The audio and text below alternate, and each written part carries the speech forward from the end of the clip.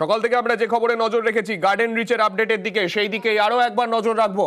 এখনো পর্যন্ত সেখানে চলছে উদ্ধার কাজ। গার্ডেন রিচে উদ্ধার কাজে বিপর্যয় মোকাবিলা বাহিনী, দমকলের আধিকারিকরা।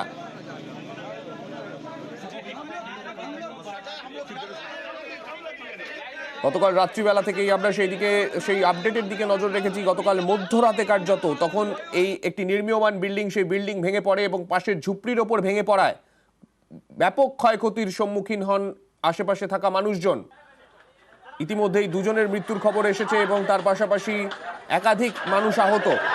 যারা আহত তাদেরকে আশেপাশে যে হাসপাতালগুলি রয়েছে, বেসরকারি হাসপাতালগুলি, সেই সমস্ত জায়গায় তাদেরকে ইতিমধ্যেই নিয়ে যাওয়া হয়েছে। তারা চিকিৎসাধীন রয়েছেন অনেকেই সেখানে। আমাদের সঙ্গে রয়েছেন আমাদের প্রতিনিধি রৌনক। রৌনকের থেকে জানতে চাইবো, রৌনক, যে উদ্ধার কার্য চলছিল তার বর্তমান কি পরিস্থিতি? এখনো পর্যন্ত কি মানুষজন আটকে রয়েছেন, কি জানা যাচ্ছে? দেখো, যেটা জানা যাচ্ছে এখনো কিন্তু মানুষজন আটকে রয়েছে ভেতরে এবং উদ্ধার কার্য চলছে।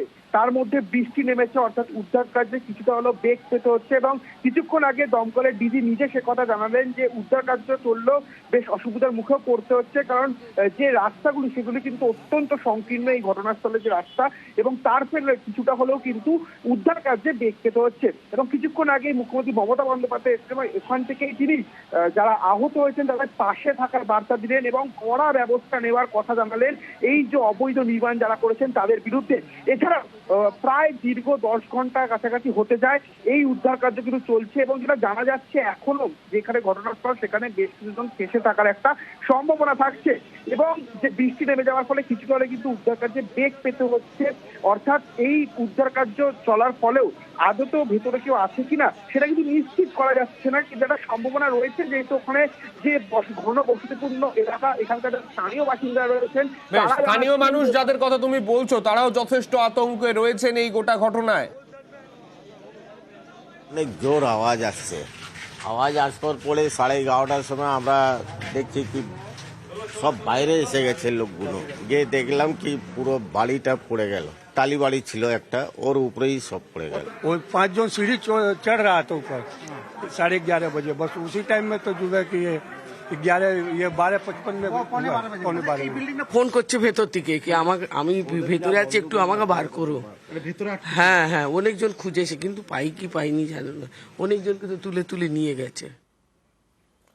আমাদের সঙ্গে রয়েছেন আমাদের আরেক প্রতিনিধি শঙ্কু। শঙ্কুর কাছে যাব। শঙ্কু, একটা বিষয় এক্ষেত্রে তো প্রশ্নটা সামনে আসেই, যে প্রশ্নটা বারংবার হয়তো সকাল থেকে আজকে করা হচ্ছে, তা হলো এই বিল্ডিং, যে বিল্ডিং একটা নতুন করে একটা বিল্ডিং তৈরি হচ্ছে, ঘনবসতি হোক যা হোক, সেখানে বিল্ডিং ভেঙে পড়বে কেন? ভেঙে পড়ার কারণটা কি হতে পারে?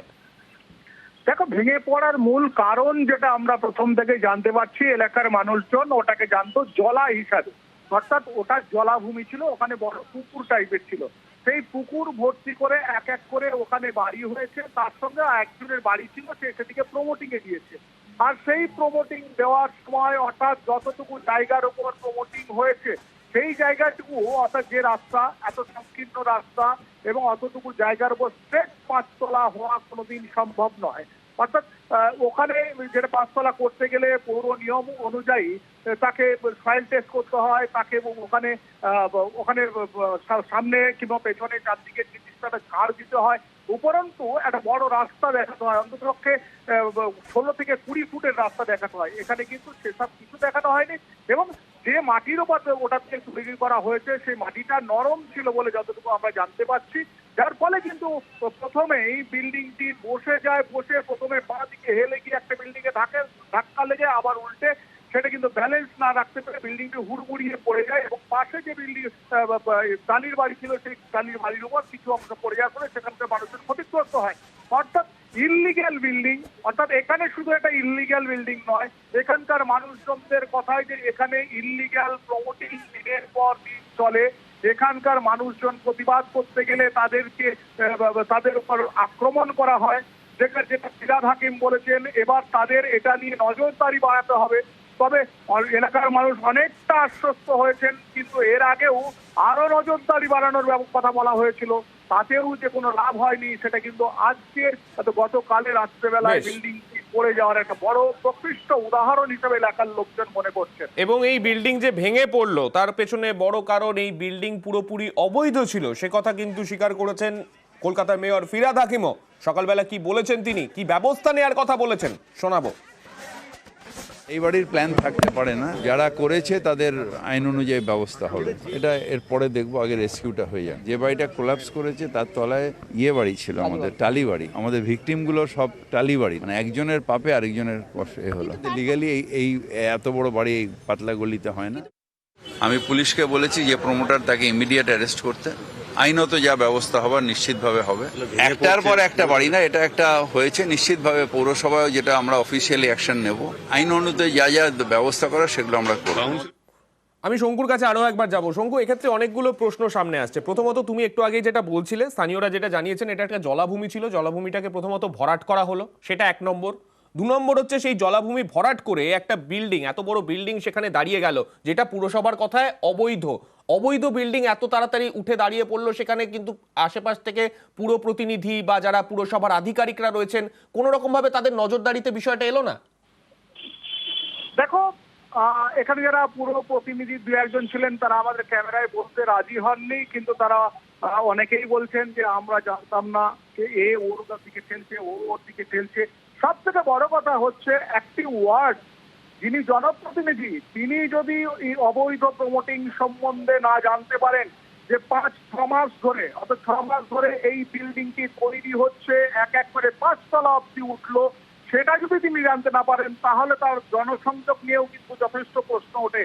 তিনি কেন এই বিল্ডিংটি জানতে পারলেন না, কিংবা এলাকায় যত বিল্ডিং এই অবৈধ বিল্ডিং উঠছে সেগুলোও কেন তিনি জানতে পারছেন না।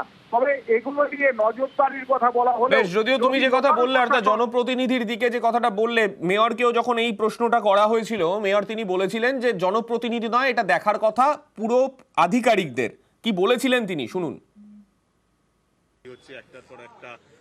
একটার পর একটা বাড়ি না, এটা একটা হয়েছে নিশ্চিতভাবে পৌরসভায়, যেটা আমরা অফিসিয়ালি অ্যাকশন নেব এবং আইন অনুযায়ী যা যা ব্যবস্থা করা সেগুলো আমরা করব। কাউন্সিলরের নজরে না না না না না, কাউন্সিলর কোন বাড়িটা প্ল্যানে হচ্ছে কোন বাড়িটা আনপ্ল্যানে হচ্ছে এটা কাউন্সিলরের দেখার কাজ না, এটা আধিকারিকদের দেখার কাজ। সেটার অভাব ছিল, সেটা নিশ্চিতভাবে অভাব ছিল, নাহলে একটা হচ্ছে কি করে, তার নোটিশ হলো না কেন, থানায় ডায়েরি হলো না কেন। নিশ্চিতভাবে আমাদের নজরদারি বাড়াতে হবে এবং এখন কেন করছে এটা আমার কাছে একটা আশ্চর্য। যে প্রশাসনকে আরো স্ট্রিক্ট হতে হবে, যদি ইল্লিগাল বাড়ি হয় সেটা আইন অনুযায়ী ব্যবস্থা নিয়ে সাথে ডেমলিশ করতে হবে। আধিকারিক এবং আজকে এই ঘটনার পরিপ্রেক্ষিতে ইতিমধ্যেই আর্থিক সাহায্যের ঘোষণা করা হয়েছে রাজ্যের তরফে। আমাদের সঙ্গে রয়েছেন আমাদের প্রতিনিধি সোমরাজ। সোমরাজ, কি পদ্ধতিতে এই আর্থিক সাহায্য দেওয়া হবে? দেখো, ইতিমধ্যে রাজ্যের তরফে আর্থিক সাহায্য দেওয়ার কথা ঘোষণা করা হয়েছে। গার্ডেন ডিচে নিহতদের পরিবারের সদস্যদের 5 লক্ষ টাকা ও আহতদের পরিবারের সদস্যদের 1 লক্ষ টাকা করে আর্থিক সাহায্য তুলে দেওয়া হবে। মেয়র ফিরহাদ হাকিম সেই আর্থিক সাহায্য তুলে দেবেন এবং আজই সেই আর্থিক সাহায্য তুলে দেওয়া হবে। মুখ্যমন্ত্রী মমতা বন্দ্যোপাধ্যায় ইতিমধ্যেই তা ঘোষণা করেছেন। তিনি গার্ডেন ডিচের ঘটনাস্থলে গিয়েছিলেন, যেখানে নার্সিংহোমে আহতরা ভর্তি রয়েছেন, চিকিৎসা চলছে, সেখানে যান, সেখানে গিয়ে আহতদের দেখেন এবং চিকিৎসকদের সঙ্গে কথা বলেন। কলকাতা পুরসভার যারা বিশেষজ্ঞ ইঞ্জিনিয়ার তাদের সঙ্গে কথা বলেছেন মুখ্যমন্ত্রী মমতা বন্দ্যোপাধ্যায়। বিপর্যয় মোকাবিলা টিমের আধিকারিকদের সঙ্গে কথা বলেছেন মুখ্যমন্ত্রী এবং তারপর ইতিমধ্যেই রাজ্য সরকারের তরফে মুখ্যমন্ত্রী নিজেও জানিয়েছেন যে নিহত এবং আহতদের পরিবারের আর্থিক সাহায্য তুলে দেওয়া হবে। আজই সেই আর্থিক সাহায্য তুলে দেওয়ার কথা রয়েছে। বেশ, ধন্যবাদ সোমরাজ। আর শুধুমাত্র আর্থিক সাহায্যের কথা ঘোষণায় নয়, যারা এই গোটা ঘটনায় ক্ষতিগ্রস্ত হয়েছেন, অর্থাৎ এই বহুতল ভেঙে পড়ে যে ঝুপড়ির ওপর, যে ঝুপড়ির প্রচুর বাড়ি ক্ষতিগ্রস্ত হয়েছে, তাদের পাশেও থাকার বার্তা দিয়েছেন আজকে মুখ্যমন্ত্রী মমতা বন্দ্যোপাধ্যায়। আধিকারিকদেরকে সেই রকম নির্দেশও আজকে তিনি দিয়েছেন। অনুরোধ করব, আর যে পরিবারগুলো আজকে অসহায় হয়ে গেছে তাদের পাশে তো সরকার দাঁড়াবে এবং ডিজাস্টারে সরকার অলওয়েজ হেল্প করতে পারে, অফিসাররা করে দেবেন। এবং যাদের বাড়িঘরগুলোও ভেঙেছে, গরিব লোক, তাদের বাড়িঘরগুলো অফিসারদের আমি বলবো দেখে নিতে, তাদের পরিবারগুলো প্লাস যারা ইনজিওর্ড হয়েছে তাদের পরিবারগুলো প্লাস ঘর বাড়িগুলো প্লাস বেআইনি যে কাজের জন্য এই ঘটনা ঘটেছে অ্যাকশন নেওয়ার জন্য।